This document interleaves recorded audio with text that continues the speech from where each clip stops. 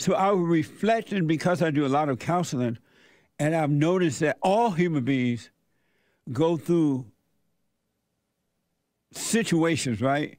It may be a little similar situation, but they are situations. And so I reflected on that. So I'm very fortunate that I'm able to talk to different people around the world because it's bringing so much understanding for me. So I reflected on how I started Bond and why. And I started Bond, my nonprofit, the Brotherhood Organization of a New Destiny, because of when God woke me up, he allowed me to see that the battle was a spiritual battle. And at that time, as I've said before, the focus was on black and white people. Blacks were blaming the whites. And I realized clearly that it wasn't the problem. That's not the problem. The problem is the spiritual battle. And when you're in a spiritual battle, there's such a tendency to blame others because the battle is so painful. You don't want to deal with it yourself, so you blame others. But in reality, we're responsible for everything, the individual, not the other person that happens in our life. So I reflected a little bit, and I remember when I first had my very first meeting of Bond. I didn't know anyone, and so I had a friend of mine let me use his building. He announced that, hey, this guy, Jesse Peterson, is having a meeting for the blacks. And a lot of blacks showed up. It was my very first one. And I had no idea what was going to happen or what I was going to do or anything. It was weird, but I was driven to do it. I had no other choice. And that, when I reflect, that's amazing to me. I had no other choice but to do it. Because I can see it, then that happened. I had no other choice, right? And because I had never done this before, had a meeting with a bunch of folks about real things. So we did this meeting. About 80 or so people showed up, maybe more or less. And all blacks at the time, I think, men and women. And we were talking about the different issues in life. And so at that time, I didn't understand the thought pattern either, how that works against you. And I didn't clearly understand what it means to live within. The kingdom of heaven is within us. Christ said, I give you a new kingdom, new reality is within. So at that time, I didn't understand any of this. It's crazy. But I had no other choice but to do it. It's so weird. So I would hold these meetings, and at the end of the meetings, Satan would tell me, "Oh, that was awful," because you think I speak bad. Now I have this cleft palate, and I'm country. My English is not the best. It was the worst way back then, 31 years ago. I'm surprised that I didn't know it was going to improve. But I would have these meetings, and Satan would tell me that was awful, and I would believe it. And when I believed it, I had this like gut-wrenching pain, and I would say, "I'm not going back." It was on Sundays that I would do it. I'm not going back Sunday. I had a good friend. I would tell to him too, "Hey, I'm not going back there." I don't know what I'm doing. It was awful because I was believing the lies in my head, and I had this grief pain. And before I knew it, Sunday would come again. And I would find myself going back again. I'm like, what the? Because I believed the lie. I didn't want to have the pain, and I didn't want to be embarrassed and all that stuff. But I couldn't help but go back. It was just given to me to go back. It's like I didn't have a choice not to go back. And so I went. And then when I went the second time or third time to have a meeting, there was another guy there, a black guy, who had been trying to start things on his own, but was never able to do it. Older guy, too. He wasn't able to keep things going. And I had been warned about this guy, like, don't let this guy in your meeting. he would try to take over because he has not been able to get things going for himself. So he tried to take over other people's meetings. And so this guy really did that. I said, I'm like, okay, I'll let him in because I need to find out for myself. And so this guy would come, and after the meetings, he would be saying a lot of negative things to other people who had attended this meeting. And so, and a lot of people believe lies, so they would fall for it, right? And it seemed we were working overtime in my mind. At that time, I did not understand the depths of evil in thoughts. I did not understand. I had to grow into this understanding. But and then I found myself going back anyway. I endured the pain. I had no other choice but to go back. So I got past that. And I asked the people to bring a name in for bond because they wanted more meetings. So I said, well, let's get a name. So the people brought in different names, and we heard them out, and we voted on one, and we came up with Bond, the Brotherhood Organization of a New Destiny. And then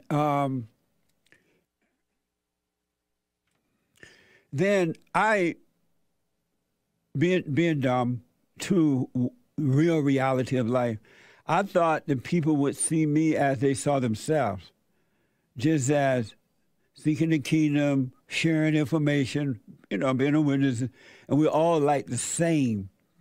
I didn't know then, but I know now, that when you are leading a group or you're up, whether it's preacher, teacher, whatever, adult people are looking at you as their leader.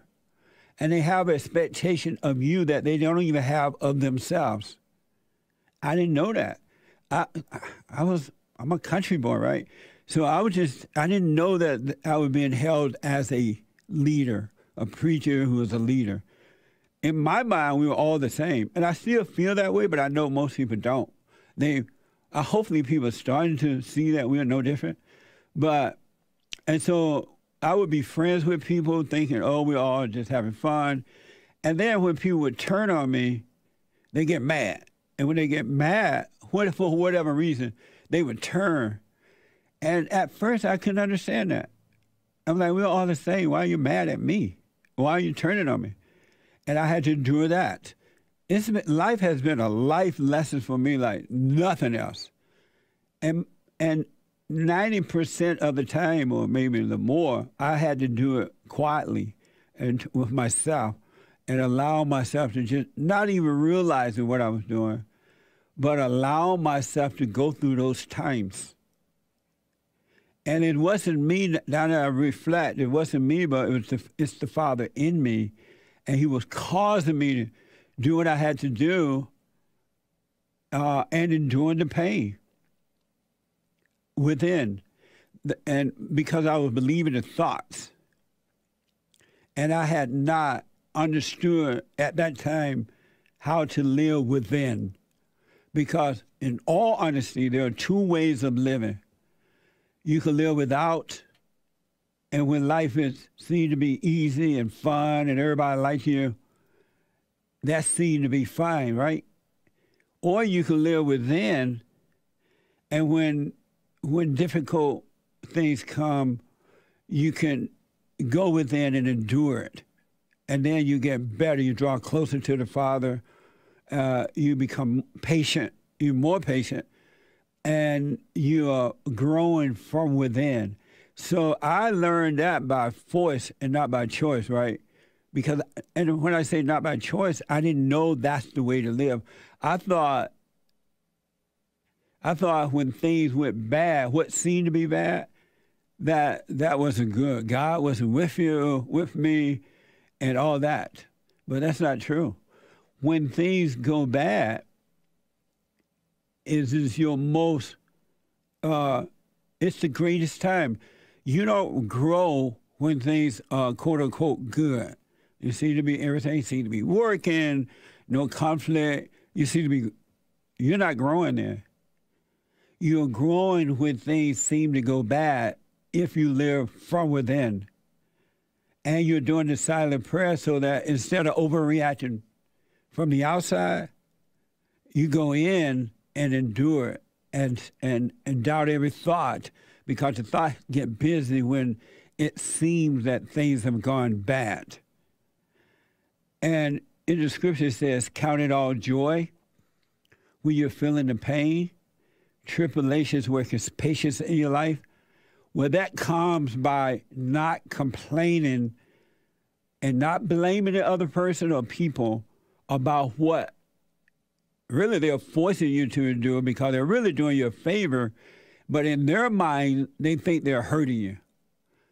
And so it's set up like that for them to, angry people, to cause you to get better if you understand that life's come from within. I didn't know this, folks. I learned it the hard way without having anyone to tell me or anyone to talk to about it. It was crazy. And so I reflected on this, and I've noticed that in my counseling sessions, when I hear other people's issues, they do not appreciate hard times in marriages and breakups and losing your children or losing parents or whatever it might be, right? People don't realize that the pain, worried about what people say or think about you or your reputation of your things, people, places, and things. You don't realize that when you lose those things and you're enduring pain from it, it's the best thing that could be happening to you. Now, it doesn't feel like it at the time, but it does get easier. If you grow in it, it does get easier. That's why I tell people to endure the little things, so when the big situations come, you're more prepared for it. You're growing in love. Because when you do grow, you can't help but even love your enemy, those who at one time turn on you, or family members or whatever, right? Your enemies out there, you can't help but love them. You have no other choice, because you understand they can't help it. They're angry, they can't see. And angry people are evil, and they try to destroy you because they don't take responsibility for their action at all. It's all your fault. And so I'm now telling you, and as I do in my counseling session everywhere, when these pains come, when things get rough, and all of a sudden you don't feel all good and free and look like things are from the outside. The outside, when these things come, and now your mind, which is not your own, going crazy, and you're feeling the pain, or then relax and count it all joy. Now, it's not going to feel like joy, which you think joy is, because joy seems to be something that is based from without. I hope you understand what I'm saying a little bit. Get to know yourself, and you will see what I'm saying.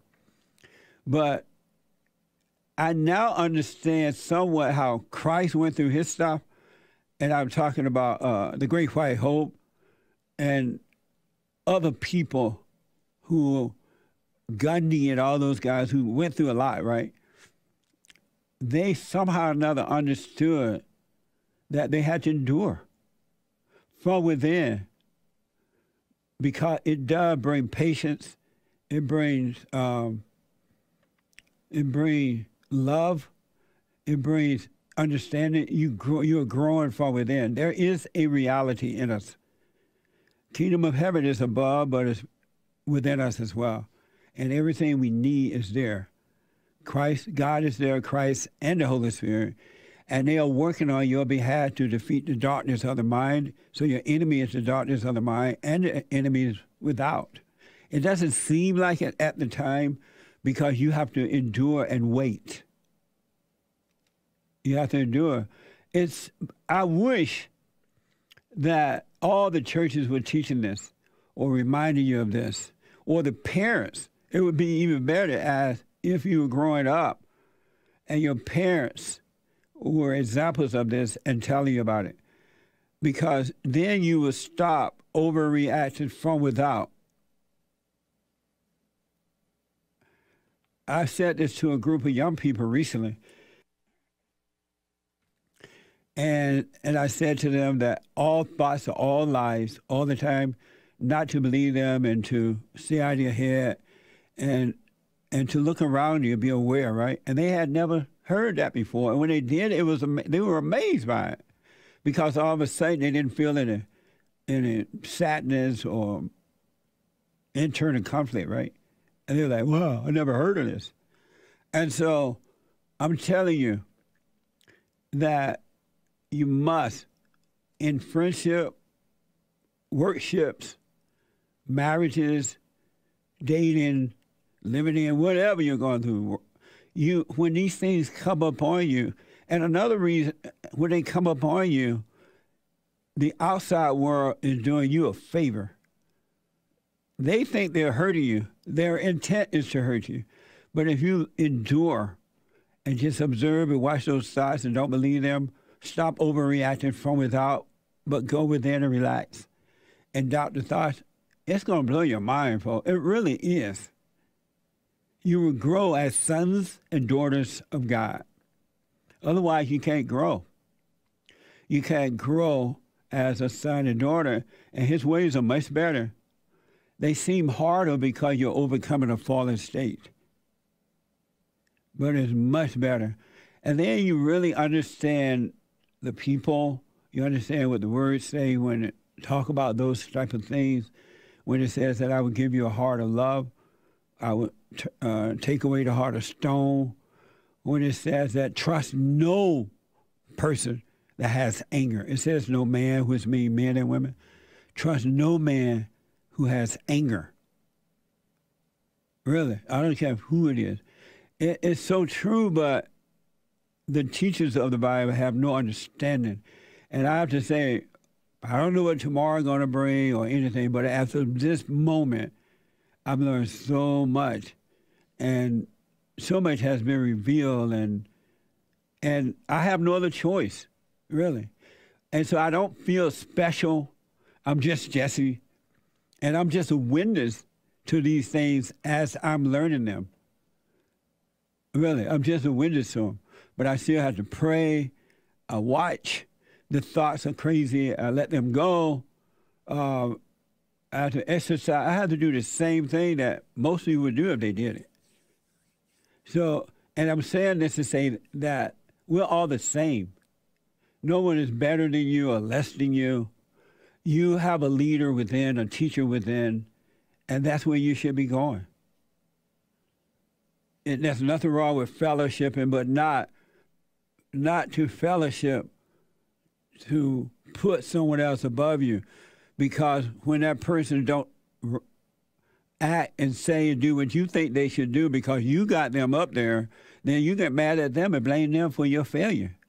That's the dumbest thing I've ever seen, really. So seek the kingdom from within.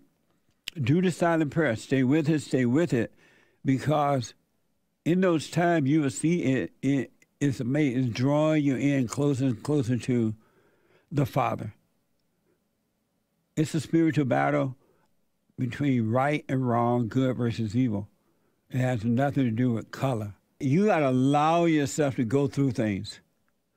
And while going through them, don't murmur, don't cry, meaning that don't look to other people to feel sorry for you. Don't fight to keep yourself from going through them. Because going through them and allowing yourself to just go through it, because God is never going to give you any more than you can handle. You can handle it.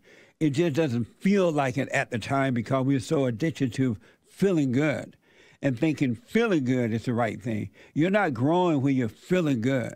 You're growing when you endure from within, right? So stop fighting these things. Allow yourself to go through it. Have a wait-and-see attitude. Trust the Father.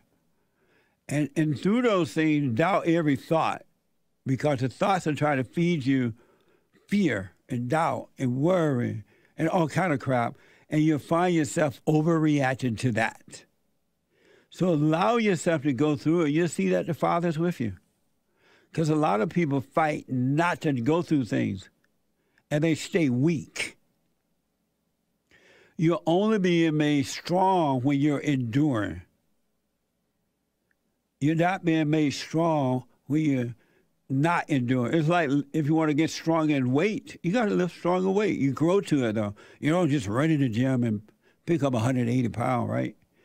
you grow into it. Likewise, from within, you grow like that from lifting the weights from within. Endure. That's your good time. But it seems like bad times. How do you think Donald Trump has gotten to be so strong? Just think about the stuff he endured. And the way they tried to make him look bad, and the women coming out of the closet saying that he was sexual harassing them, and they tried to go after his taxes, and they intimidated people who would go to his hotels and own businesses, his bank account. And he endured. He doesn't murmur about those things. He doesn't say, oh, poor me. He allows himself to go through stuff, as Christ did. Christ allowed himself to go through things for us so that we'll be able to do it. But because no one is talking about it, we don't know to do that. We run away from the pain rather than running to the pain. Amazing. And don't forget to like, follow, tweet, subscribe, and share the Jesse Lee Peterson radio show, folks. We really appreciate it. We are at war. It is a spiritual battle for the soul of America. And it's going to take all of us to do it.